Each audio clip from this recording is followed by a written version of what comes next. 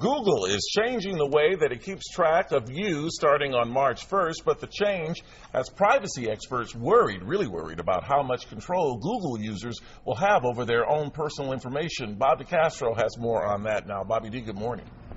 Good morning, Tony. Yeah, Google is going to know a lot more about you, and you're not going to have much of a choice in this. You have to sign this privacy agreement. So if you go on YouTube, if you go on Gmail, if you go on Google and start searching, they're going to take that information and they're going to collect it, and they're going to share that information. I have Mark Haushalter here. He's an internet expert, an attorney as well. Talk a little bit more about this. So what is this all about? This is all about Google making more money. What they're doing is getting information from the user and using that to streamline their advertising for their advertisers. So it's about money. Let's call it what it is. And at the end of the day, though, you can't opt out of this. This is what a lot of privacy watchdog groups are concerned about. You don't have a choice. All you can do is use a secondary search engine, secondary products, but let's not kid ourselves.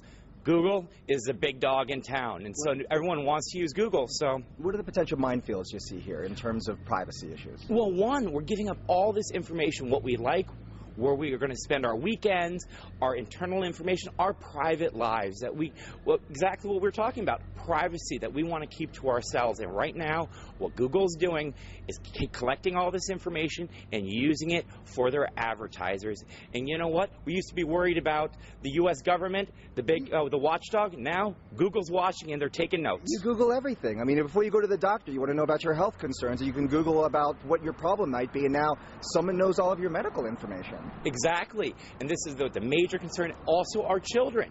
Our children can get on there, talk about where they're going, their friend group, their peer group, and this is information being collected. And parents need to be vigilant about the safeguards on the internet and watch out for their children. I've preached about this before. The internet's an unsafe place, so parents need to take responsibility. So at this point, March the 1st is when this takes effect, and we have no idea whether or not there's going to be any ramifications in this. FTC looking at this, and potentially some politicians also are very concerned about this. But just beware. The only option at this point, guys, as you heard here, is to just go to another site and not use Google. Back to you.